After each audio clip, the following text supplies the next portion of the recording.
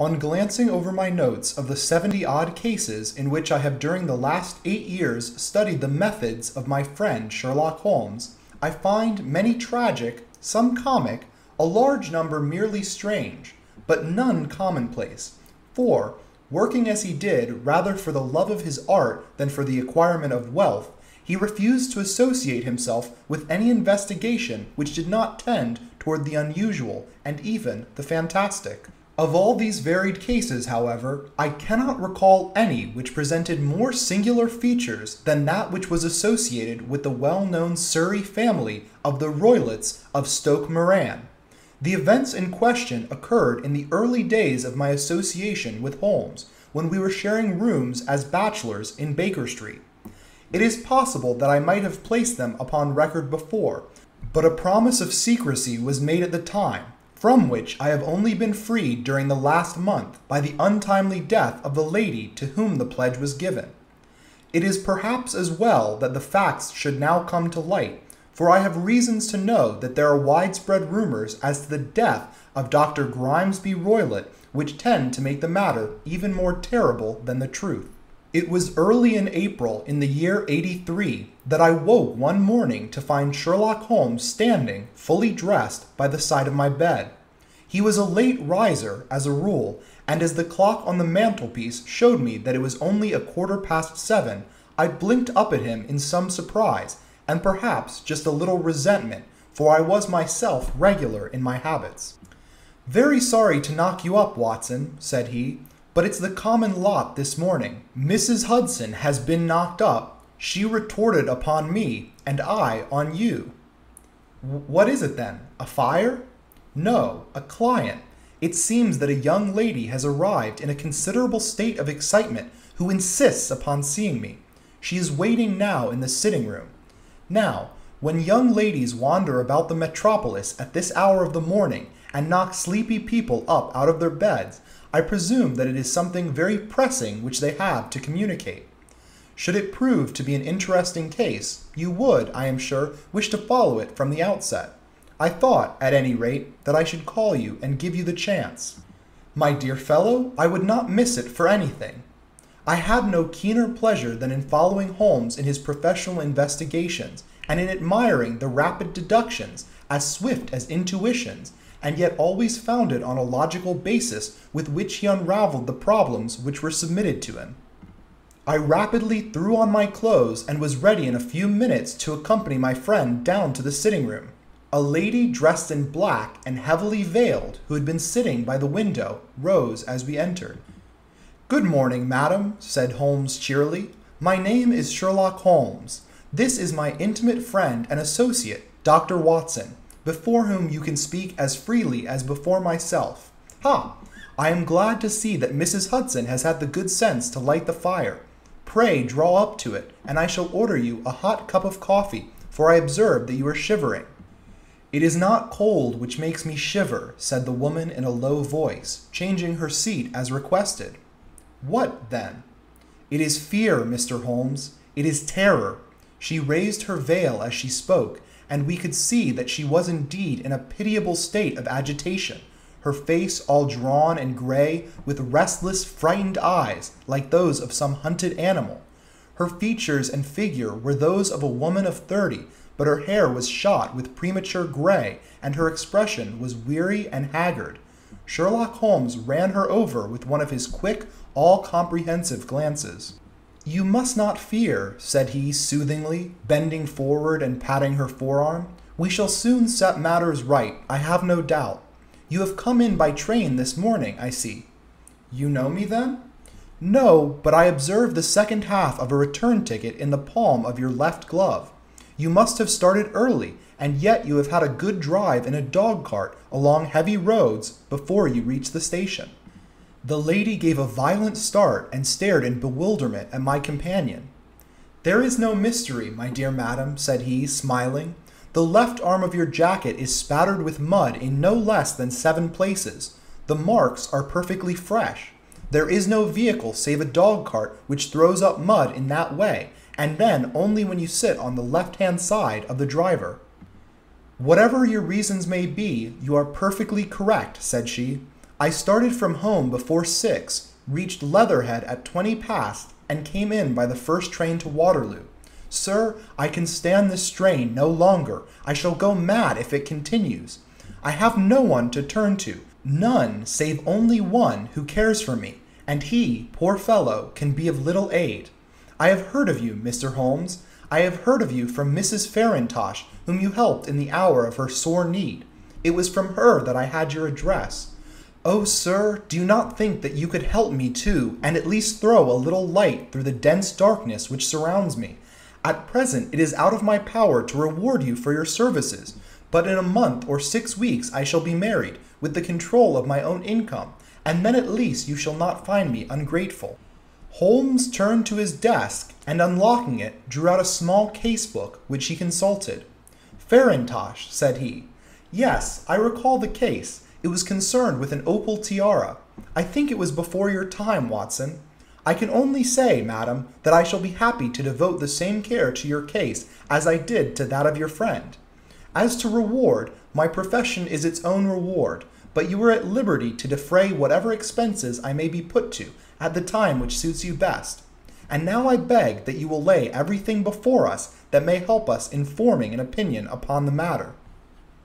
Alas, replied our visitor, the very horror of my situation lies in the fact that my fears are so vague, and my suspicions depend so entirely upon small points, which might seem trivial to another, that even he to whom all others I have a right to look for help and advice looks upon all that I tell him about it as the fancies of a nervous woman. He does not say so, but I can read it from his soothing answers and averted eyes. But I have heard, Mr. Holmes, that you can see deeply into the manifold wickedness of the human heart. You may advise me how to walk amid the dangers which encompass me. I am all attention, madam. My name is Helen Stoner, and I am living with my stepfather, who is the last survivor of one of the oldest Saxon families in England, the Roylotts of Stoke Moran, on the western border of Surrey. Holmes nodded his head.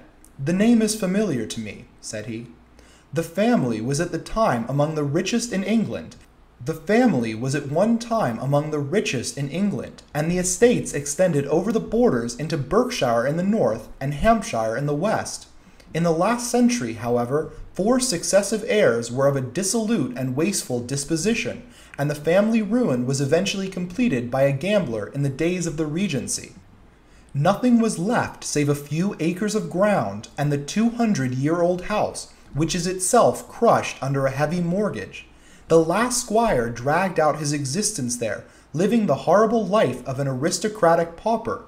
But his only son, my stepfather, seeing that he must adapt himself to the new conditions, obtained an advance from a relative, which enabled him to take a medical degree, and went out to Calcutta, where, by his professional skill and his force of character, he established a large practice. In a fit of anger, however, caused by some robberies which had been perpetrated in the house, he beat his native butler to death and narrowly escaped a capital sentence. As it was, he suffered a long term of imprisonment and afterwards returned to England a morose and disappointed man. When Dr. Roylott was in India, he married my mother, Mrs. Stoner, the young widow of Major General Stoner of the Bengal Artillery. My sister Julia and I were twins, and we were only 2 years old at the time of my mother's remarriage. She had a considerable sum of money, not less than £1,000 a year, and this she bequeathed to Dr. Roylott entirely while we resided with him, with the provision that a certain annual sum should be allowed to each of us in the event of our marriage. Shortly after our return to England, my mother died. She was killed 8 years ago in a railway accident near Crewe. Dr. Roylott then abandoned his attempts to establish himself in practice in London and took us to live with him in the old ancestral house at Stoke Moran. The money which my mother had left was enough for all of our wants, and there seemed to be no obstacle to our happiness. But a terrible change came over our stepfather about this time. Instead of making friends and exchanging visits with our neighbors, who had at first been overjoyed to see a Roylott of Stoke Moran back at the old family seat, he shut himself up in his house and seldom came out save to indulge in ferocious quarrels with whoever might cross his path. Violence of temper approaching to mania has been hereditary in the men of the family, and in my stepfather's case it had, I believe, been intensified by his long residence in the tropics. A series of disgraceful brawls took place, two of which ended in the police court, until at last he became the terror of the village, and the folks would fly at his approach, for he is a man of immense strength, and absolutely uncontrollable in his anger. Last week he hurled the local blacksmith over a parapet into a stream, and it was only by paying over all the money which I could gather that I was able to avert another public exposure. He had no friends at all save the wandering gypsies, and he would give these vagabonds leave to encamp upon the few acres of bramble-covered land which represent the entire family estate, and would accept in return the hospitality of their tents, wandering away with them sometimes for weeks on end. He has a passion also for Indian animals, which are sent over to him by a correspondent, and he has at this moment a cheetah and a baboon, which wander freely over his ground, and are feared by the villagers almost as much as their master. You can imagine from what I say that my poor sister Julia and I had no great pleasure in our lives. No servant would stay with us, and for a long time we did all the work of the house. She was but 30 at the time of her death, and yet her hair had already begun to whiten, even as mine has. Your sister is dead, then? She died just 2 years ago, and it is of her death that I wish to speak to you. You can understand that, living the life which I have described, we were little likely to see anyone of our own age and position. We had, however, an aunt, my mother's maiden sister, Miss Honoria Westphale, who lives near Harrow, and we were occasionally allowed to pay short visits at this lady's house. Julia went there at Christmas 2 years ago, and met there a half-pay major of Marines, to whom she became engaged. My stepfather learned of the engagement when my sister returned, and offered no objection to the marriage, but within a fortnight of the day which had been fixed for the wedding, the terrible event occurred which has deprived me of my only companion. Sherlock Holmes had been leaning back in his chair with his eyes closed and his head sunk in a cushion, but he half opened his eyelids now and glanced across at his visitor. "Pray be precise as to the details," said he. "It is easy for me to be so, for every event of that dreadful time is seared into my memory. The manor house is, as I have already said, very old, and only one wing is now inhabited. The bedrooms in this wing are on the ground floor, the sitting rooms being in the central block of the buildings. Of these bedrooms, the first is Dr. Roylett's, the second my sister's, and the third my own. There is no communication between them, but they all open out into the same corridor. Do I make myself plain? Perfectly so. The windows of the 3 rooms open out upon the lawn. That fateful night Dr. Roylett had gone to his room early, though we knew that he had not retired to rest, for my sister was troubled by the smell of the strong Indian cigars which it was his custom to smoke. She left her room, therefore, and came into mine, where she sat for some time, chatting about her approaching wedding. At 11 o'clock she rose to leave me, but she paused at the door and looked back. "Tell me, Helen," said she, "have you ever heard anyone whistle in the dead of night?" "Never," said I. "I suppose that you could not possibly whistle yourself in your sleep?" "Certainly not. But why?" "Because during the last few nights I have always, about 3 in the morning, heard a low, clear whistle. I am a light sleeper, and it has awakened me. I cannot tell where it came from, perhaps from the next room, perhaps from the lawn. I thought that I would just ask you whether you had heard it." "No, I have not. It must be one of those wretched gypsies in the plantation." "Very likely. And yet, if it were on the lawn, I wonder that you did not hear it also." "Ah, but I sleep more heavily than you." "Well, it is of no great consequence, at any rate." She smiled back at me, closed my doors, and a few moments later I heard her key turn in the lock. "Indeed," said Holmes. "Was it your custom always to lock yourselves in at night?" "Always." "And why?" "I think that I mentioned to you that the doctor kept a cheetah and a baboon. We had no feeling of security unless our doors were locked." "Quite so. Pray proceed with your statement. I could not sleep that night. A vague feeling of impending misfortune impressed me. My sister and I, you will recollect, were twins, and you know how subtle are the links which bind two souls which are so closely allied. It was a wild night. The wind was howling outside, and the rain was beating and splashing against the windows. Suddenly, amid all the hubbub of the gale, there burst forth a wild scream of a terrified woman. I knew that it was my sister's voice. I sprang from my bed, wrapped the shawl around me, and rushed into the corridor. As I opened my door, I seemed to hear a low whistle, such as my sister described, and a few moments later a clanging sound, as if a mass of metal had fallen. As I ran down the passage, my sister's door was unlocked, and revolved slowly upon its hinges. I stared at it horror-stricken, not knowing what was about to issue from it.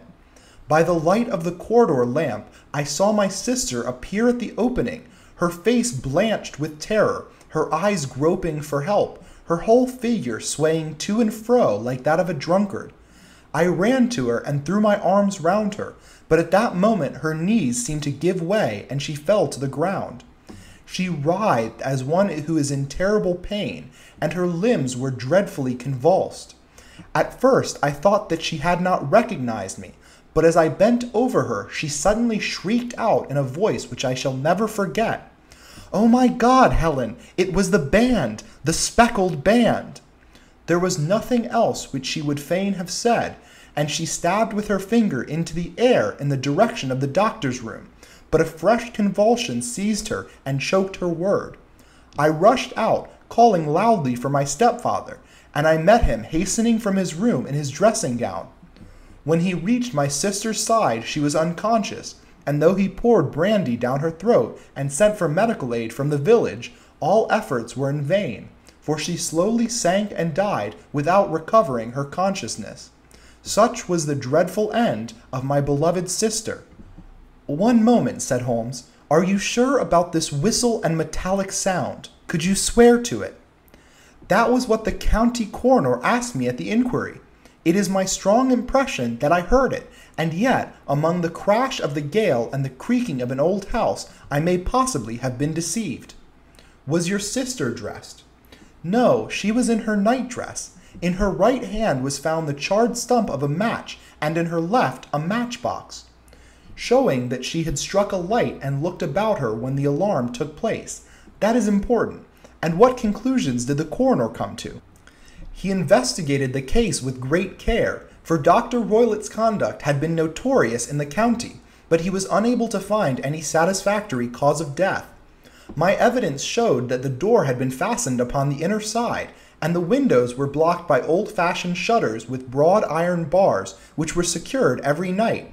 The walls were carefully sounded, and were shown to be quite solid all round, and the flooring was also thoroughly examined, with the same result.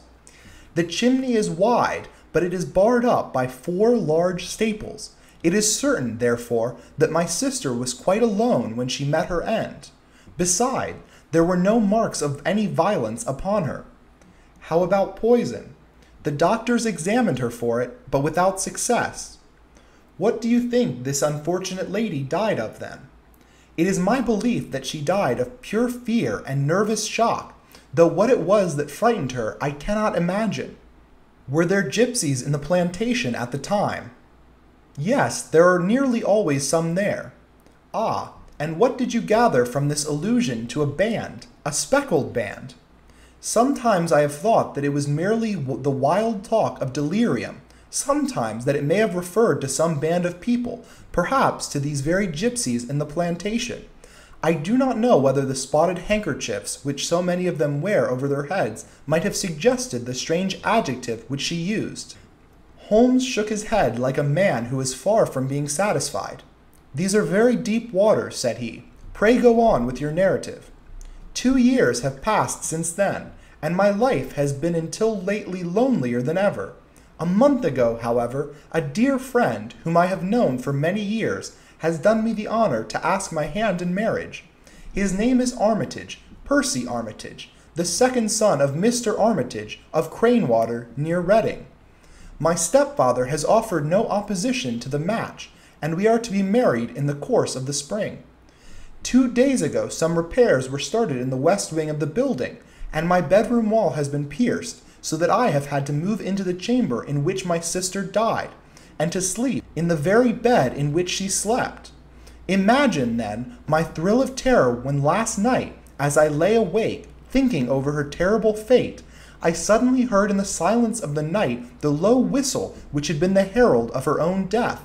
I sprang up and lit the lamp, but nothing was to be seen in the room.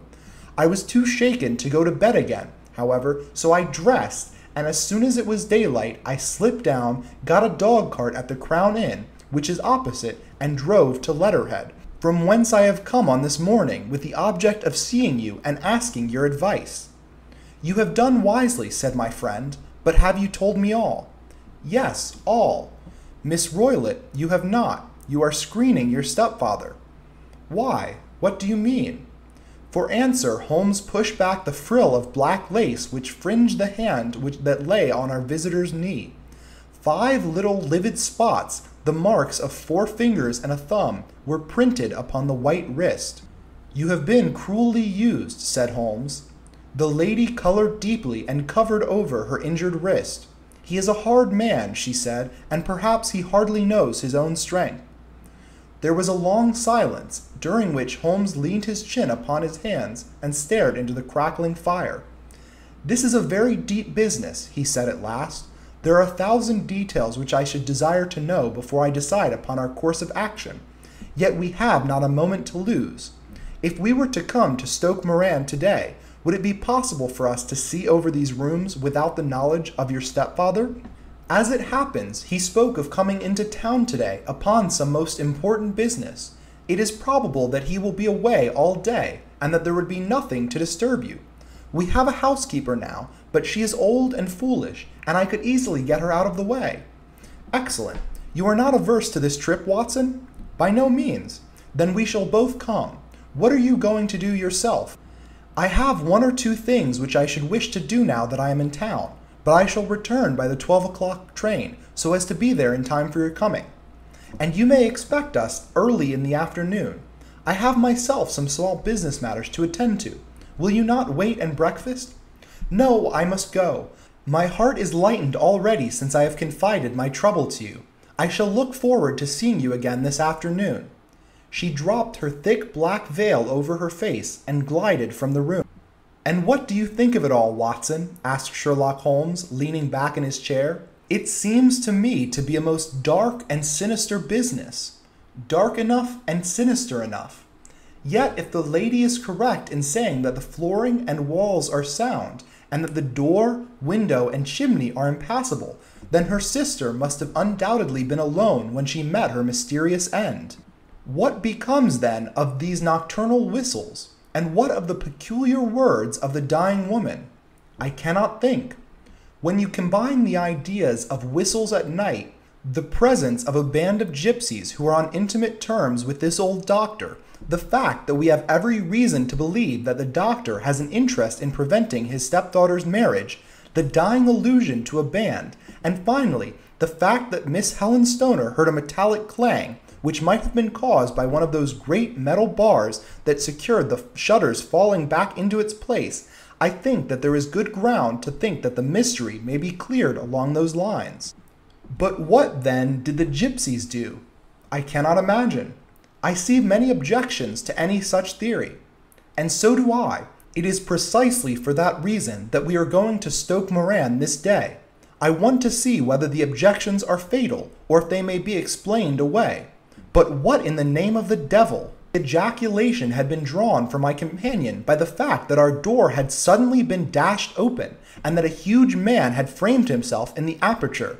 His costume was a peculiar mixture of the professional and of the agricultural, having a black top hat, a long frock coat, and a pair of high gaiters, with a hunting crop swinging in his hand. So tall was he that his hat actually brushed the crossbar of the doorway, and his breath seemed to span across it from side to side. A large face, seared with 1,000 wrinkles, burned yellow with the sun, and marked with every evil passion, was turned from one to the other of us, while his deep-set, bile-shot eyes and his high, thin, fleshless nose gave him somewhat the resemblance to a fierce old bird of prey. "Which of you is Holmes?" asked this apparition. "My name, sir, but you have the advantage of me," said my companion quietly. "I am Dr. Grimesby Roylott of Stoke Moran." "Indeed, doctor," said Holmes blandly. "Pray take a seat." "I will do nothing of the kind. My stepdaughter has been here. I have traced her. What has she been saying to you?" "It is a little cold for the time of this year," said Holmes. "What has she been saying to you?" screamed the old man furiously. "But I have heard that the crocuses promise well," continued my companion imperturbably. "Ha! You put me off then, do you?" said our new visitor, taking a step forward and shaking his hunting crop. "I know you, you scoundrel. I have heard of you before.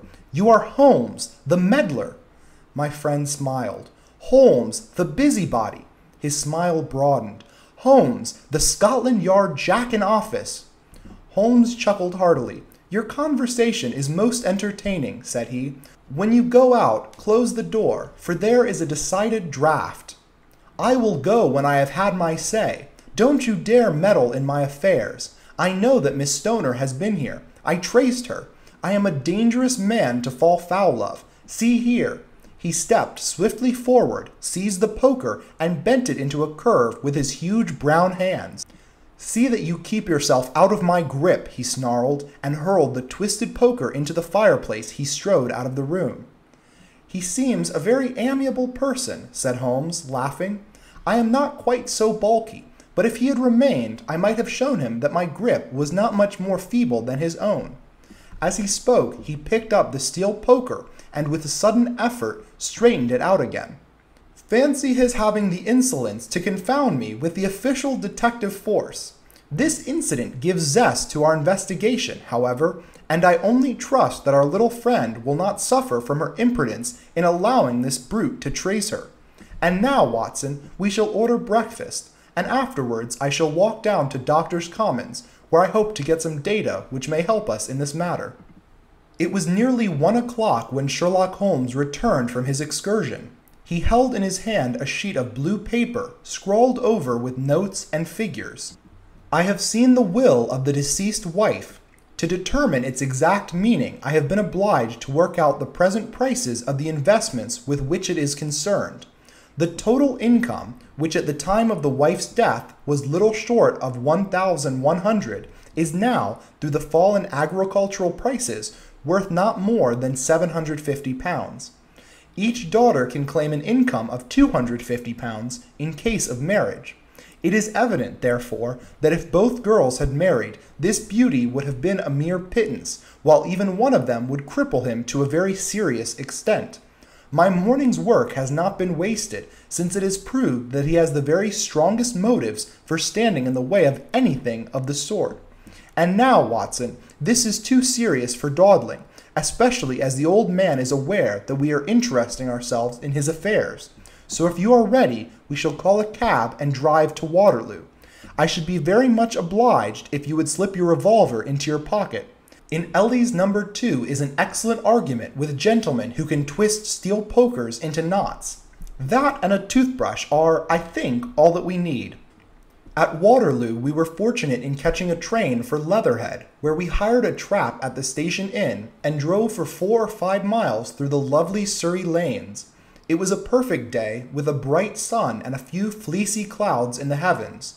The trees and wayside hedges were just throwing out their first green shoots, and the air was full of the pleasant smell of the moist earth.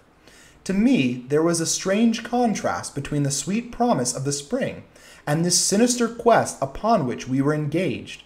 My companion sat at the front of the trap, his arms folded, his hat pulled down over his eyes, and his chin sunk upon his breast, buried in the deepest thought.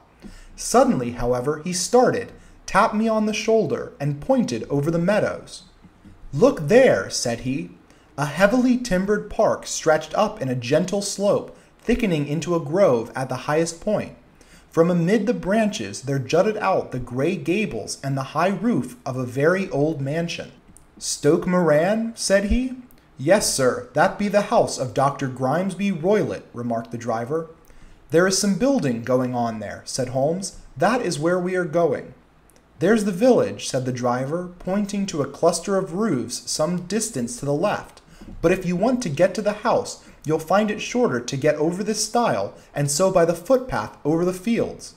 There it is, where the lady is walking. And the lady, I fancy, is Miss Stoner, observed Holmes, shading his eyes. Yes, I think we had better do as you suggest. We got off, paid our fare, and the trap rattled back on its way to Letterhead. I thought it as well, said Holmes as we climbed the stile, that this fellow should think we had come here as architects, or on some definite business. It may stop his gossip. Good afternoon, Miss Stoner. You see that we have been as good as our word. Our client of the morning had hurried forward to meet us with a face which spoke her joy. I have been waiting so eagerly for you, she cried, shaking hands with us warmly.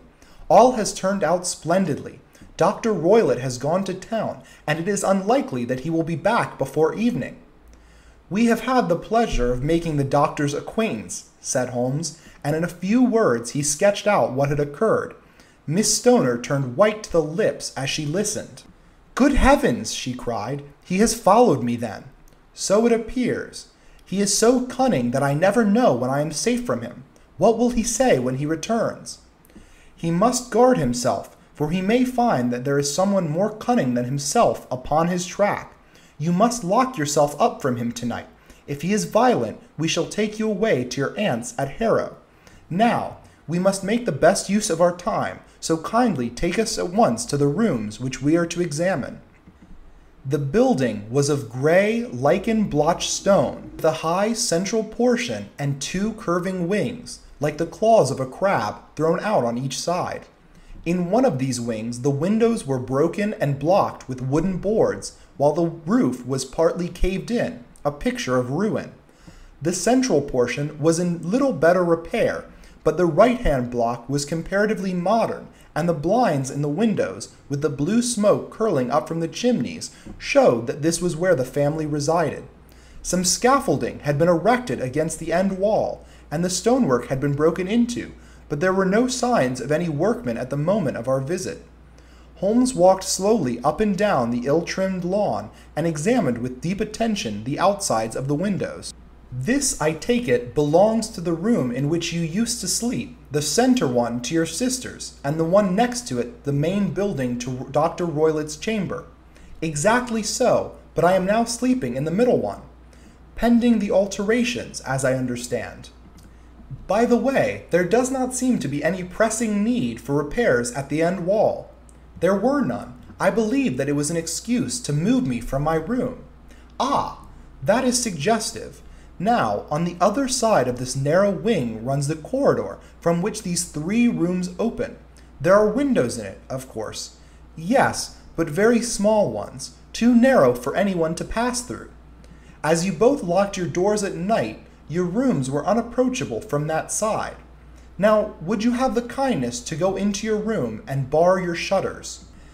Miss Stoner did so, and Holmes, after a careful examination through the open window, endeavored in every way to force the shutter open, but without success. There was no slit through which a knife could be passed to raise the bar. Then with his lens he tested the hinges, but they were of solid iron, built firmly into the massive masonry. Hum, said he, scratching his chin in some perplexity. My theory certainly presents some difficulties. No one could pass these shutters if they were bolted. Well, we shall see if the inside throws any light upon the matter. A small side door led into the whitewashed corridor, from which the three bedrooms opened.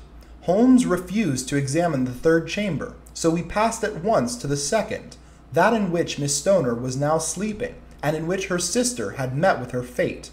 It was a homely little room, with a low ceiling and a gaping fireplace, after the fashion of old country houses. A brown chest of drawers stood in one corner, a narrow white counterpaned bed in another, and a dressing table on the left-hand side of the window.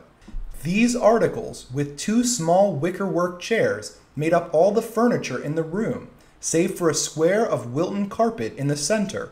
The boards round and the paneling of the walls were of brown, worm-eaten oak, so old and discolored that it may have dated from the original building of the house. Holmes drew one of the chairs into a corner and sat silent, while his eyes traveled round and up and down, taking in every detail of the apartment.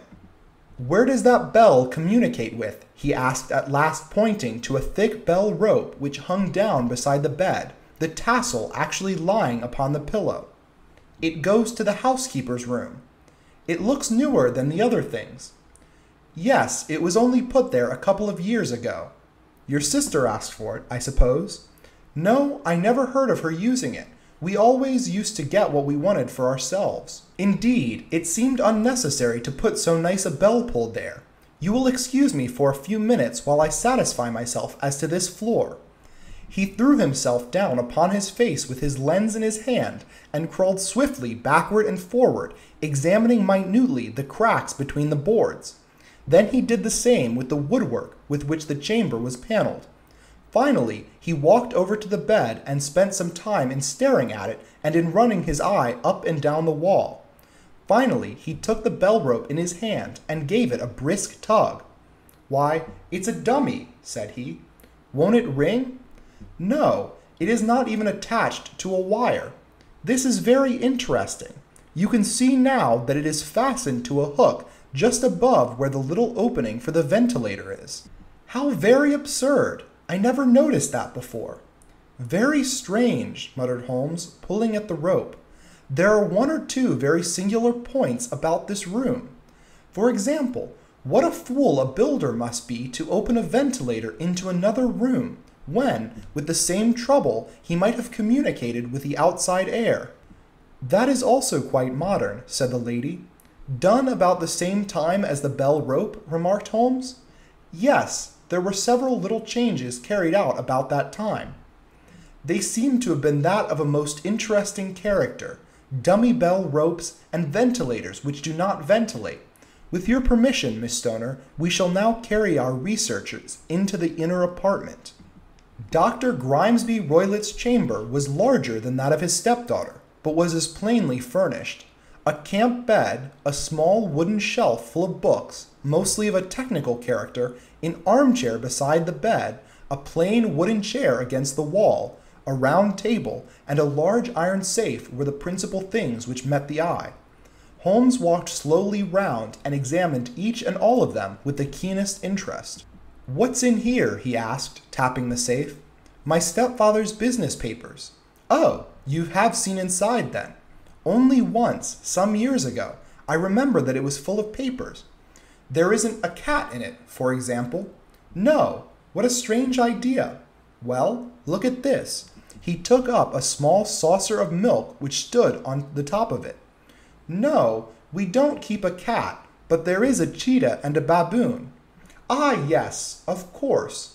Well, a cheetah is just a big cat, and yet a saucer of milk does not go very far in satisfying its wants, I dare say.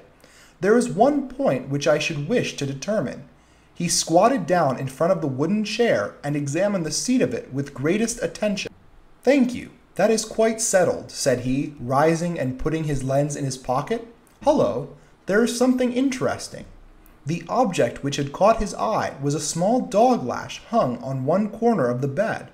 The lash, however, was curled upon itself and tied so as to make a loop of whipcord. "What do you make of that, Watson?" "It's a common enough lash, but I don't know why it should be tied." "That is not quite so common, is it? Ah me, it's a wicked world, and when a clever man turns his brain to crime, it is the worst of all. I think that I have seen enough now, Miss Stoner, and with your permission, we shall walk out upon the lawn." I had never seen my friend's face so grim or his brow so dark as it was when we turned from the scene of this investigation. We had walked several times up and down the lawn, neither Miss Stoner nor myself liking to break in upon his thoughts while he roused himself from his reverie. "It is very essential, Miss Stoner," said he, "that you should absolutely follow my advice in every respect." "I shall most certainly do so." "The matter is too serious for any hesitation. Your life may depend upon your compliance." I assure you that I am in your hands. In the first place, both my friend and I must spend the night in your room." Both Miss Stoner and I gazed at him in astonishment. "Yes, it must be so. Let me explain. I believe that that is the village inn over there." "Yes, that is the Crown." "Very good. Your windows should be visible from there?" "Certainly. You must confine yourself to your room, on pretense of a headache, when your stepfather comes back. Then, when you hear him retire for the night, you must open the shutters of your window, undo the hasp, put your lamp there as a signal to us, and then withdraw quietly with everything which you are likely to want in the room which you used to occupy. I have no doubt that in spite of the repairs, you could manage there for one night." "Oh, yes, easily. The rest you will leave in our hands." "But what will you do?" "We shall spend the night in your room, and we shall investigate the cause of this noise which has disturbed you." "I believe, Mr. Holmes, that you have already made up your mind," said Miss Stoner, laying her hand upon my companion's sleeve. "Perhaps I have. Then, for pity's sake, please tell me what was the cause of my sister's death." "I should prefer to have clearer proofs before I speak." "You can at least tell me whether my own thought is correct, and if she died from some sudden fright." "No, I do not think so. I think that there was probably some more tangible cause. And now, Miss Stoner, we must leave you. If Dr. Roylott returned and saw us, our journey would be in vain. Goodbye, and be brave, for if you will do what I have told you, you may rest assured that we shall soon drive away the dangers that threaten you." Sherlock Holmes and I had no difficulty in engaging a bedroom and sitting room at the Crown Inn. There were on the upper floor, and from our window we could command a view of the avenue gate and of the inhabited wing of Stoke Moran Manor House. At dusk we saw Dr. Grimesby Roylott drive past, his huge form looming up beside the little figure of the lad who drove him. The boy had some slight difficulty in undoing the heavy iron gates, and we heard the hoarse roar of the doctor's voice and saw the fury with which he shook his clenched fists at him. The trap drove on, and a few minutes later we saw a sudden light spring up among the trees as the lamp was lit in one of the sitting rooms. "Do you know, Watson," said Holmes, as we sat together in the gathering darkness, "I have really some scruples as to taking you tonight. There is a distinct element of danger." "Can I be of assistance?" "Your presence might be invaluable." "Then I shall certainly come." "It is very kind of you." "You speak of danger. You have evidently seen more in these rooms than was visible to me." "No, but I fancy I may have deduced a little more. I imagine you saw all that I did." "I saw nothing remarkable save the bell rope, and what purpose that could answer, I confess, is more than I can imagine." "You saw the ventilator too?" "Yes, but I do not think that it is such a very unusual thing to have a small opening between two rooms. It was so small that a rat could hardly pass through. I knew that we should find a ventilator before we ever came to Stoke Moran." "My dear Holmes!" "Oh yes, I did. You remember in her statement she said that her sister could smell Dr. Roylott's cigar. Now of course that suggested at once that there must be a communication between the two rooms. It could only be a small one, or it would have been remarked upon at the coroner's inquiry. I deduced a ventilator." "But what harm can there be in that?" "Well, there is at least a curious coincidence of dates. A ventilator is made, a cord is hung, and a lady who sleeps in the bed dies. Does that not strike you?" "I cannot as yet see any connection." "Did you observe anything very peculiar about the bed?"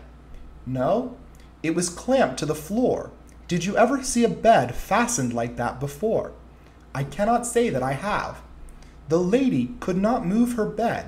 It must always be in the same relative position to the ventilator and to the rope, or so, as we may call it, since it was clearly never meant for a bell pull." "Holmes," I cried, "I seem to see dimly what you are hinting at. We are only just in time to prevent some subtle and horrible crime." "Subtle enough and horrible enough. When a doctor goes wrong, he is the first of criminals. He has nerve and he has knowledge. Palmer and Pritchard were among the heads of their profession. This man strikes even deeper, but I think, Watson, that we shall be able to strike deeper still. But we shall have horrors enough before the night is over. For goodness sake, let us have a quiet pipe, and turn our minds for a few hours to something more cheerful." About 9 o'clock the light among the trees was extinguished, and all was dark in the direction of the manor house. 2 hours passed slowly away, and then, suddenly, just at the stroke of 11, a single bright light shone out right in front of us. "That is our signal," said Holmes, springing to his feet. "It comes from the middle window." As we passed out, he exchanged a few words with the landlord, explaining that we were going on a late visit to an acquaintance, and that it was possible that we might spend the night there. A moment later we were out on the dark road, a chill wind blowing in our faces, and one yellow light twinkling in front through the gloom to guide us on our somber errand. There was little difficulty in entering the grounds, for unrepaired breaches gaped in the old park wall. Making our way among the trees, we reached the lawn, crossed it, and were about to enter through the window, when out from a clump of laurel bushes there darted what seemed to be a hideous and distorted child, who threw itself upon the grass with writhing limbs, and then ran swiftly across the lawn into the darkness. "My God!" I whispered. "Did you see it?" Holmes was for a moment as startled as I. His hand closed like a vice upon my wrist in his agitation. Then he broke into a low laugh and put his lips to my ear. "It is a nice household," he murmured. "That is the baboon." I had forgotten the strange pets with the doctor affected. There was a cheetah, too. Perhaps we might find it upon our shoulders at any moment. I confess that I felt easier in my mind when, after following Holmes' example and slipping off my shoes, I found myself inside the bedroom. My companion noiselessly closed the shutters, moved the lamp onto the table, and cast his eyes around the room. All was as we had seen it in the daytime. Then, creeping up to me and making a trumpet of his hand, he whispered into my ear again so gently that it was all that I could do to distinguish the words. "The least sound would be fatal to our plans." I nodded to show that I had heard. "We must sit without light. He would see it through the ventilator." I nodded again. "Do not go to sleep. Your very life may depend upon it. Have your pistol ready in case we should need it. I will sit on the side of the bed, and you in that chair." I took out my revolver and laid it up on the corner of the table. Holmes had brought up a long, thin cane, and this he placed upon the bed beside him. By it he laid the box of matches and the stump of a candle. Then he turned down the lamp, and we were left in darkness. How shall I ever forget that dreadful vigil? I could not hear a sound, not even the drawing of a breath, and yet I knew that my companion sat open-eyed within a few feet of me, in that same state of nervous tension in which I was myself. The shutters cut off the least ray of light, and we waited in absolute darkness. From outside came the occasional cry of a night bird, and once at our window a long-drawn, cat-like whine, which told us that the cheetah was indeed at liberty. Far away we could hear the deep tones of the parish clock, which boomed out every quarter of an hour. How long they seemed, those quarters! 12 struck, and 1, and 2, and 3, and still we sat waiting for whatever might befall. Suddenly, there was a momentary gleam of a light in the direction of the ventilator, which vanished immediately, but was succeeded by a strong smell of burning oil and heated metal. Someone in the next room had lit a dark lantern. I heard a gentle sound of movement, and then all was silent once more, though the smell grew stronger. For half an hour I sat with straining ears. Then suddenly another sound became audible, a very gentle, soothing sound, like that of a small jet of steam escaping continuously from a kettle. The instant that we heard it, Holmes sprang from the bed, struck a match, and lashed furiously with his cane at the bell-pull. "You see it, Watson?" he yelled. "You see it?" But I saw nothing. At the moment when Holmes struck the light, I heard a low, clear whistle, but the sudden glare flashing into my weary eyes made it impossible for me to tell what it was at which my friend lashed so savagely. I could, however, see that his face was deadly pale and filled with horror and loathing. He had ceased to strike and was gazing up at the ventilator when suddenly there broke from the silence of the night the most horrible cry to which I have ever listened. It swelled up louder and louder, a hoarse yell of pain and fear and anger all mingled in one dreadful shriek.